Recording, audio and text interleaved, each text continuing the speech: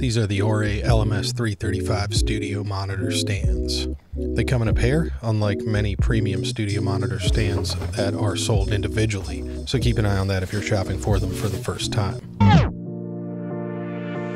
These videos are made possible by the incredible people whose names are on the screen right now. Join them by becoming a channel member here on YouTube, or join the crew on Patreon linked below. There's different cool rewards for both and different tiers to choose from. Thank you so much for helping out. If you are familiar with studio monitor stands, it will be pretty obvious that the design of these takes a lot of inspiration from the Koenig & Meyer 26720, which has been one of the more popular speaker stands on the market since its release in April of 2014.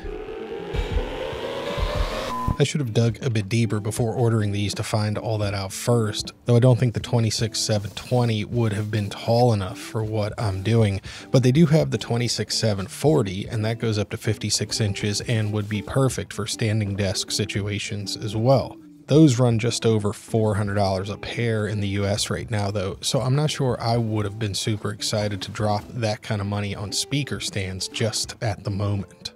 It's not really a mystery why Auray is having success with this more affordable option.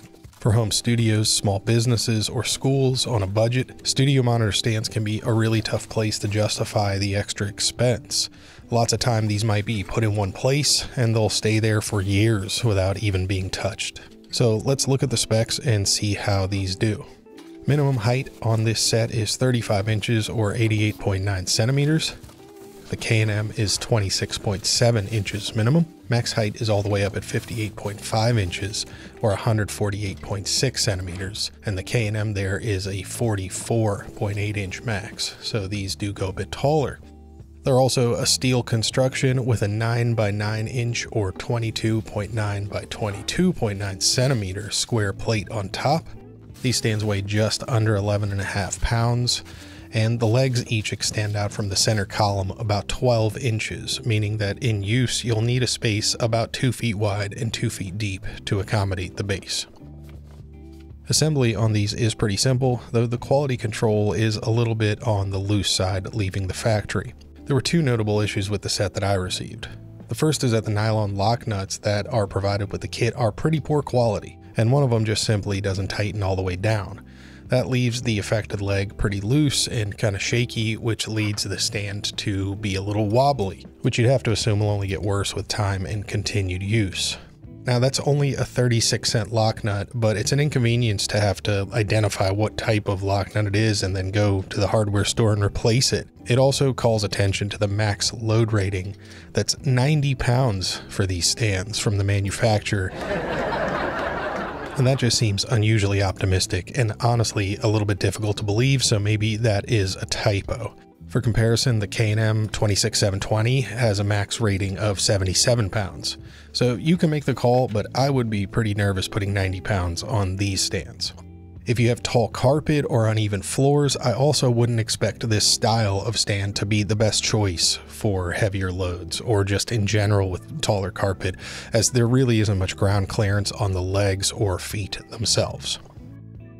Problem number two is one of those minor but mildly infuriating things that you might not notice at first, but will then drive you absolutely crazy, and that's the foam on the top plates has been put on in two different ways.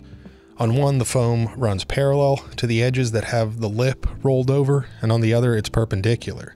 This means that smaller monitors like these Genelec 1029s, which are pretty heavy but physically quite compact, they just can't sit the same way on the two strips of foam, and as a result, they sit ever so slightly differently from one another. The stands feature 6 positions between the main and max height with a pin-through design to keep the plastic hardware from taking all of the load. While these are on a lanyard attached to the stand so you don't lose them, this is not a locking pin design as the ad copy claims. These are called a grooved pin and don't have any locking function at all.